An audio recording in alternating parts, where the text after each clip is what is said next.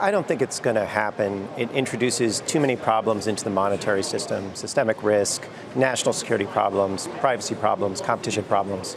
It's crazy. It's a crazy idea. So Libra itself specifically is not going to happen, or a stable coin or cryptocurrency that's run by a consortium in general is not going to happen? I think the consortium's not going to happen. I think you're going to see a stable coin, but it's going to be linked to a currency: digital dollars, digital yen, digital euros. You know, we've already solved this problem. We solved it in 1913 with the Federal Reserve. We don't need to go back and have more financial crises and problems that we had before that. Do you think? What's your response to Zuckerberg's point today that if someone in the US doesn't do this, then China will? Well, he might be right, he might be wrong, but if we're going to need sovereign power to do something with our currency, our government has to do it. Mark Zuckerberg is not going to protect us from the Chinese Communist Party.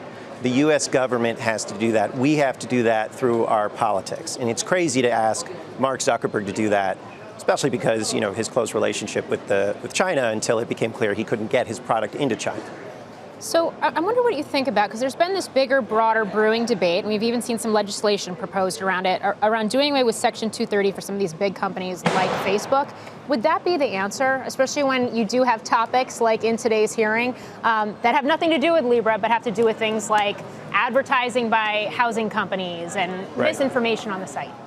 Well, it's a good question, and so Section 230 regulates tech platforms like utilities, but it lets them do anything that they want, even if it's not utility-like business. So advertising is not a utility business, but they get the liability shield like they're a utility. So what we really should be doing with something like Section 230 is we should be saying, well, if you're paid like a utility, you're paid for service, you're paid like the water company or the electric company, then you get a liability shield. But if you're going to act like a publisher, then you're going to be regulated like a publisher.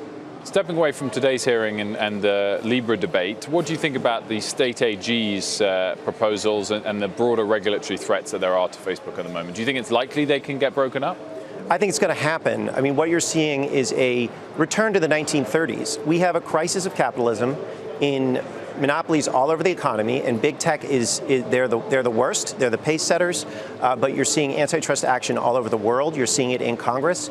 You're seeing it at a state level, and you're starting to see it on a federal level. And you're seeing it in the presidential campaigns, which we haven't seen for a really long time. We're in for a very interesting ride. They're monopolies over what part of the economy? You know the argument. You know, digital advertising is not in itself the entire market. So the Australian Competition Commissioner said that they are a monopoly over social media advertising, which is a specific place where marketers have to use. But they also have substantial market power over news referrals.